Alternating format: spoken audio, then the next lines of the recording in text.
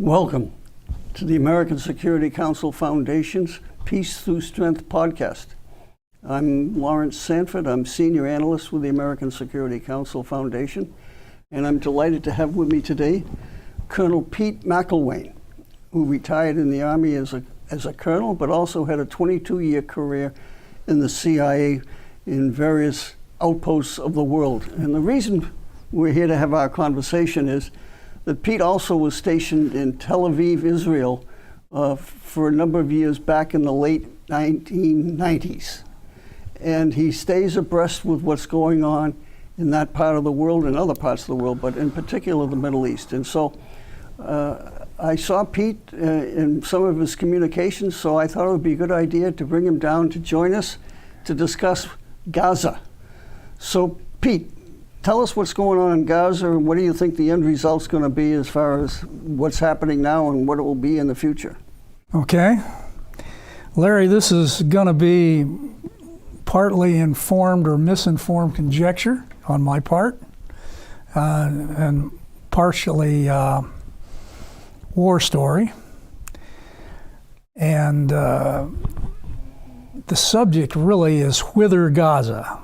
Gaza's been going on for 75 years now, and currently there's an ongoing war between Hamas and the State of Israel. And that's exactly what it is. And the fate of approximately 2.2 million Palestinian residents of Gaza is literally hanging in the balance.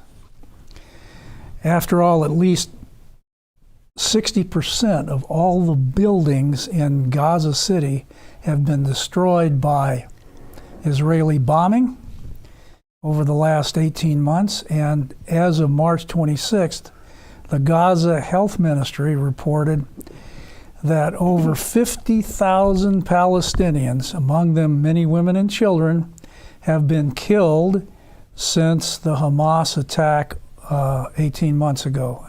That is October 7th, 2023.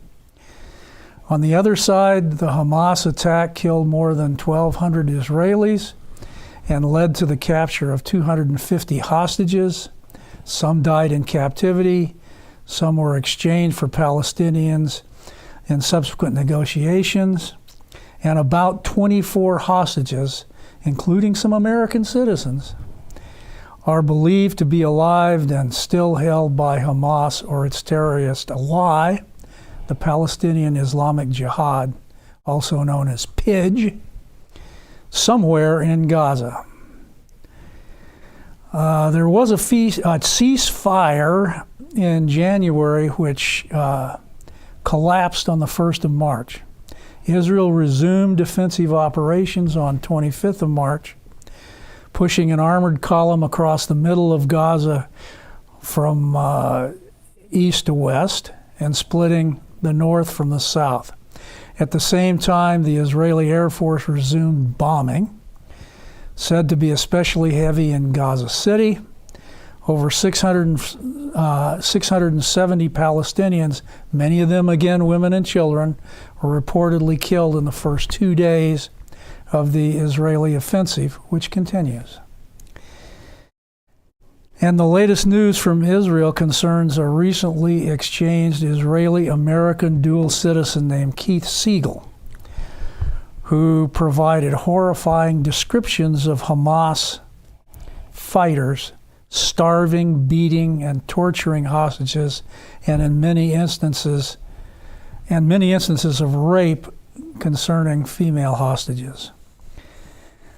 All of this, of course, leads to Americans and others basing their opinions largely on emotion and seem to be picking sides accordingly. Here, admittedly biased on my part, is a look at the big picture in an attempt to explain what's really going on. And there's several parts to this. Let me run through an array of facts as I've assembled them. Please bear with me. Okay, for thousands of years, the area that we now call Gaza has been a strategic front door to Jerusalem, a fact understood by the current power players. The Islamists, on the one hand, led by the Ayatollahs of Iran, with Hamas in Gaza, Hezbollah in Lebanon, and the Houthis in Yemen as their proxy fighters. Israel stands alone, as usual, backed by the United States, as usual, on the other side. The war is on. We have to understand it as a war that is on. And the long-range objective for both sides is, I believe, the unchallenged control of Temple Mount in Jerusalem. For one side, Gaza is an indispensable launch pad. For the other, it's a door that they need to close and to secure and keep closed. Some things to understand here about the history of the players and their interactions with each other. I'm going to run through this quickly, and please bear with me, and I hope this doesn't overwhelm. Okay, after the departure of the British in 1948, Egypt occupied occupied Gaza. That was in 1950. And there was a green line established on the eastern side of the box. And that became what we now know as, or know since then, by the term Gaza Strip. That's from 1950. Israel seized the Gaza Strip from Egypt during the Six-Day War in 1967. And by the way, it was from the Gaza Strip that Egypt attacked Israel. This marked the beginning of Israel's military occupation of Gaza, 1967. In 1970, Israel began to establish kibbutz settlements and farms in Gaza, which eventually grew to 21 locations. That was 3 years after the occupation began. In August 1982, Israel invasion of Lebanon. Arafat, that is Yasser Arafat, and his organization Fatah fled Beirut for Tunisia. Later that year, the Israelis attempted to assassinate Arafat by shooting down his aircraft in Tunisia. Arafat survived, but was severely injured and suffered from his injuries for the remainder of his life. Hamas, Arabic Harakat al-Muwahama al-Islamiyah, was founded in 1987 by a Palestinian Islamic scholar named Ahmed Yassin. It was originally an offshoot of the Muslim Brotherhood in Egypt. The impetus for its founding was the failure in December 1987 of the first Intifada, or shaking off, organized by Yasser Arafat, leader of the PLO and Fatah. Hamas was and is organized into an overt political wing and a covert military wing. The motto of the military wing is zeal, strength, passion, and bravery. During the 1990s and early 2000s, Hamas conducted numerous suicide bombings and other attacks against Israel. May 1995, Oslo II Accords were signed by Arafat and Prime Minister Yitzhak Rabin. November 1995, Rabin assassinated in Tel Aviv by an Israeli right-winger who didn't like the Oslo II Accords. Netanyahu becomes Israeli Prime Minister for the first time. 1998, the Wye River Summit. where, by the way, I took Arafat and his security advisor to meet with President Clinton. And where was this meeting? It was at the Y River in Maryland. It's the Y River Summit, 1998. Okay. Which was a failure because Arafat declined to agree to anything that the Israelis were proposing. Were the Israelis proposing statehood for the Palestinians? They were offering statehood in exchange for recognition of Israel as the state. To exist. To exist. And he wouldn't agree to that. He wouldn't agree to that. I had a offline chat with Arafat at the time, and he looks at me and he says, "Peter, you don't understand. If I agree to this, my own people will kill me." Interesting psychology here about the Palestinians. 2000 was the Camp David Accords. President Clinton raised the issue of control of Jerusalem and the Temple Mount and withdrawal of Israelis from Gaza for the first time. Refer back to what I originally said about what this war is about at present. 2000, retired General Ariel Sharon leads a group of Israelis in a visit to Temple Mount in violation of standing agreements. This was the impetus for the start of a very violent second intifada, in which Hamas played a leading role for the first time.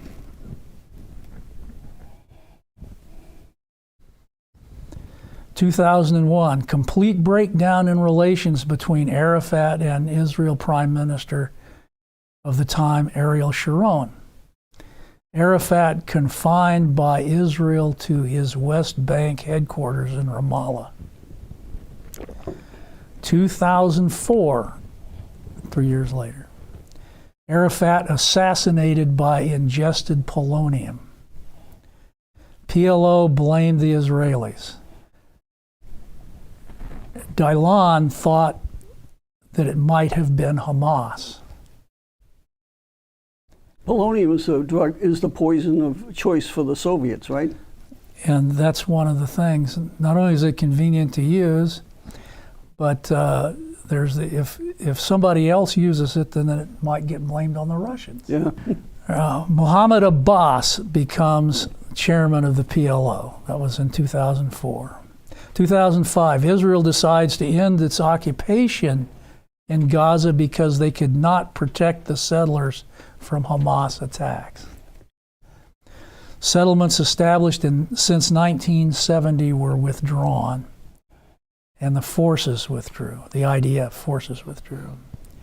2006, running on a platform of accusing the PLO and Fatah of corruption and incompetence, which was manifestly true, Hamas secured a majority in the Palestinian legislature in both Gaza and the West Bank. That legislature, by the way, set up by the Oslo II Accords, which Hamas opposed because it ceded too much of the control of Jerusalem to Israel. Here's that issue again. 2006, later on, following the Hamas political victory over the PLO, Hamas military wing leader Yasser Sinwar was released from the Israeli prison on orders of Shin Bet. Reportedly, Sinwar had agreed to cooperate with Shin Bet. In a classic divide and conquer operational ploy, Sinwar was given funding, by the way, which came from the U.S., and told to go to Gaza and foster the consolidation of political power by Hamas against PLO in Gaza. A shooting war soon developed between the PLO and Hamas, which climaxed in the so-called Battle of Gaza. PLO and Fatah were expelled from Gaza, and Hamas took over complete dictatorial-style control in Gaza. That was 2006. 2008 and through 2009, provocations by Hamas prompted military action by Israel to no avail. There was similar action, by the way, again in 2012, again in 2014, again in 2021, and the latest, of course, from 2023 and still ongoing. May 22, speech by Yasser Sinwar in Gaza. He called on all Palestinians to attack Israelis with whatever you have. Rifles, axes, even meat cleavers. That's a quote, by the way. This was during the time he was working with Iran's IRGC and preparing the plan for the attack that was conducted on October 7th, 2023. The full name of Yasser Sinwar's plan is Al-Fulm al-Aqsa, which means the flood coming forth from the Holy Mosque. Is this, are you detecting a theme as we're going along here? Shin Bet obtained a copy of the plan in June 22. Both Shin Bet and Amman, the Israeli military intelligence service, discounted the plan as unrealistic and assessed that Hamas was truly interested in long-term truce and economic development in Gaza. How wrong they were. But it leads me to wonder whether their non-agent agent, Yasser Sinwar, was conducting a really great counterintelligence operation there. In late September 23, the Egyptian Mukhabarat warned Mossad that Hamas was planning a big something, quote unquote, on Sukkot, in other words, October 7th, 2023. That warning was ignored by the Israelis. They're still wondering why exactly. Okay, so that's kind of a background. As I said, to date, there's been, Israel has been a loser in the war. They were unsuccessful in Lebanon against Hezbollah. The most they got out of that was a truce. Well, they've decimated their leadership with some of their... Well, they attacked the leadership in Beirut. But when I say it was unsuccessful, what happened was the ground attack was really a disaster. The Israelis lost more tanks and men in that operation than they lost in the Six-Day War. Okay. And they didn't remain in Lebanon either. They withdrew. Yeah, so the Israeli forces are stretched pretty thin between Gaza and Lebanon and their reserves, so that's affecting their economy and other aspects of the Israeli daily life. Exactly. I have an observation here. Hamas has about 300 miles of tunnels and remaining 2 brigades largely intact, brigades being 1,000 men each. So there's somewhere under Gaza are 2,000 armed fighters for the next phase of this war. And they still have a sizable store of Iranian missiles as well. With apparent assurances from Trump that the U.S. will, quote, handle Iran, unquote, Israel announced that they will begin a major operation to crush Hamas.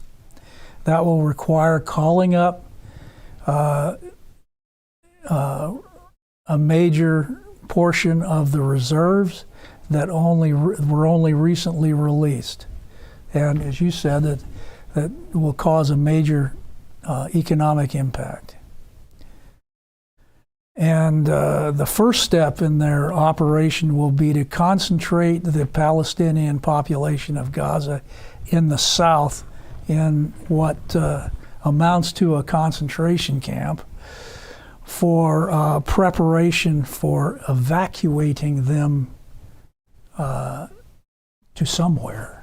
Do you have any thoughts on to where somewhere is? Well, I'm going to get to that a little bit. Okay. Okay. Interesting, Likud has been told to expect for the evacuation of 10,000 Palestinians per day. Do you know what the size of an airlift is for that? 10,000. And there is an airfield in Gaza in the extreme southeast portion, which has been inoperative. The Israelis, as we speak, are busily putting the airfield back into operation. So they're going to fly them. They intend to fly them right out of Gaza to somewhere. And 10,000 a day for 2 million people, that's roughly 200 days. Well, they said that it would take 6 months. Or if they could only airlift 5,000, it'll take a year. But we don't know where. Yes, no country has agreed to accept the Palestinians from Gaza, in spite of American approaches and guarantees to potential locations for long-term financial support. And why won't any fellow Arab Muslim country take them in, Pete? The Trump administration approached Jordan. They don't want anything to do with the Palestinians because way back in Yasser Arafat's time, the Palestinians almost overthrew the king. They don't want any part of Palestinians. Okay. Egypt, back in 1950, we were talking about that, took all of the Palestinians that they had in Egypt and put them into Gaza in the first place back then in a ploy to increase the population and putting pressure on Israel. So that's where the majority of the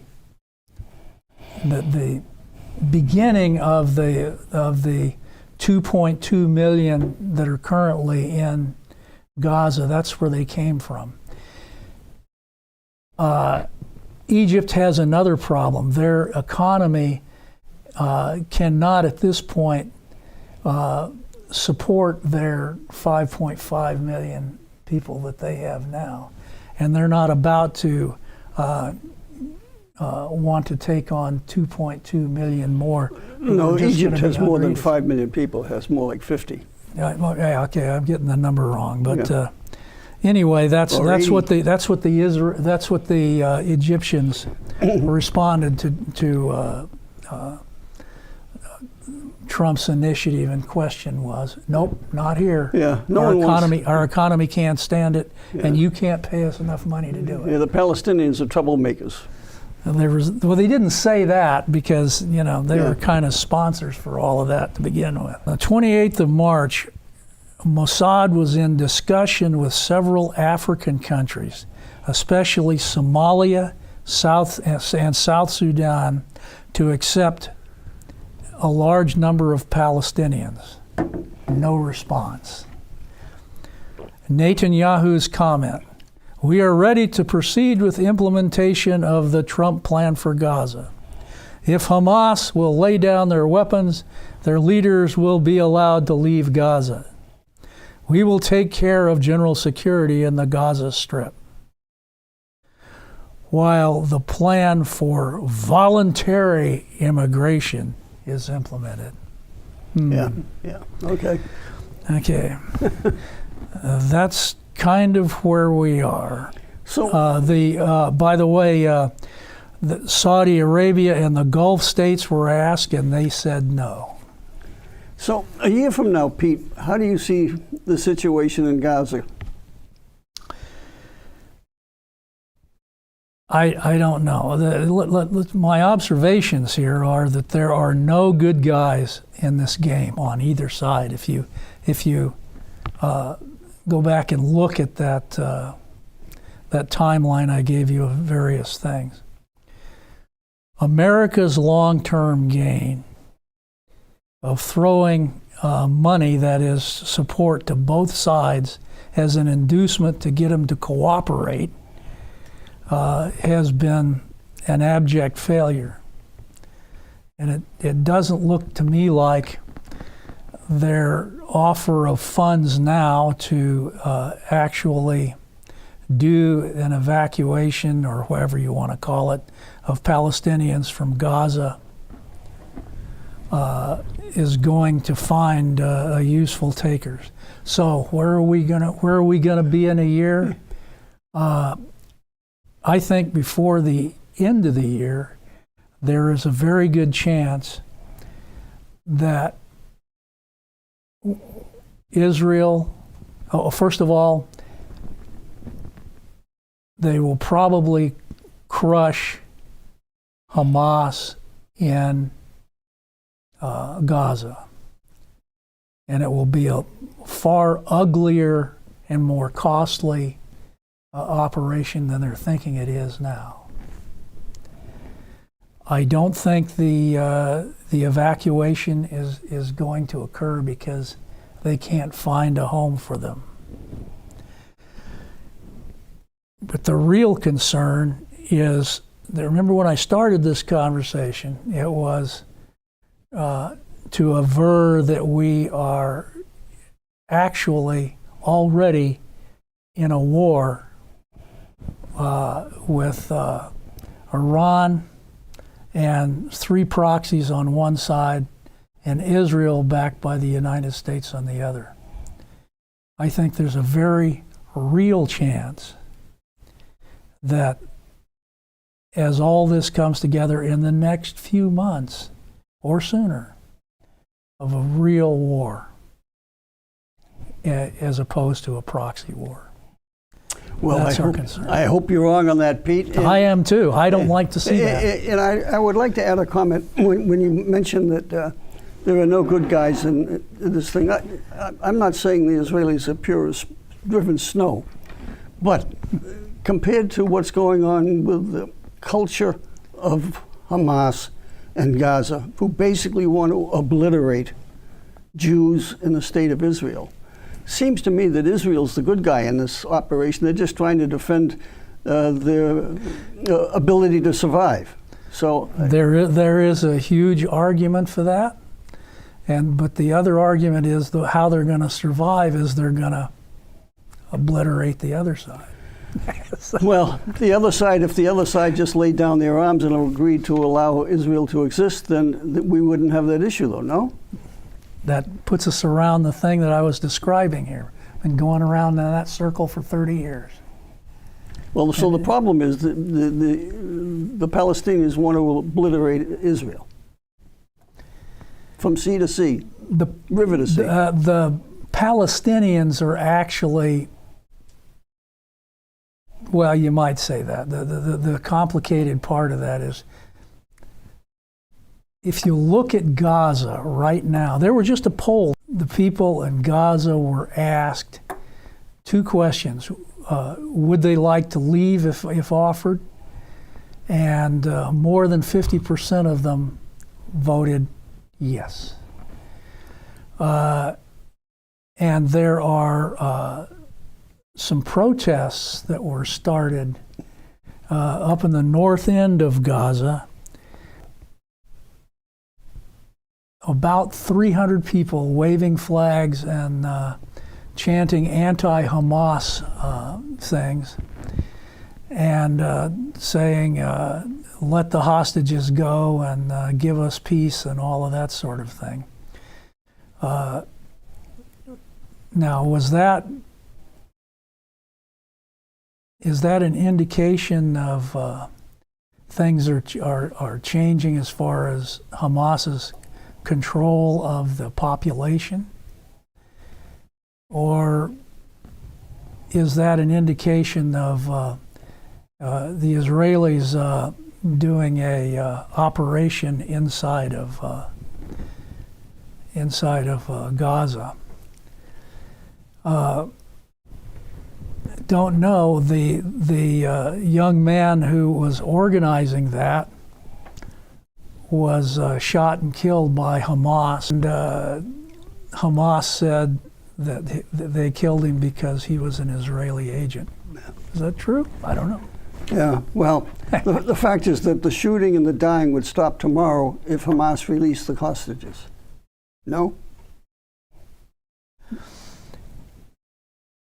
I don't think so, because remember, I at the beginning of this, I said that we're already in a war, and the objective of the war for both sides is who controls Jerusalem. in the long run, who controls the Temple Mount in Jerusalem. Okay. And Gaza and the poor Palestinians in Gaza are nothing but pawns in the bigger game. Okay. And Hamas, by the way, is not going to give up their guns, and they're not going to surrender. They will fight and die to the last man. Okay. Yes, sir. And so I want to thank you, Pete, for your insightful observations on an area that no one seems to have a clear picture on or a solution for. And I think it's just part of living. And let's hope that your predictions are wrong, to be honest with you. I also hope that they're wrong, Okay. and I hope I didn't scare anybody too badly, and I hope your hair's not falling out there. Okay. So, again, thank you for joining us on our podcast of Peace Through Strength from the American Security Council. Have a good day. Take care. Here.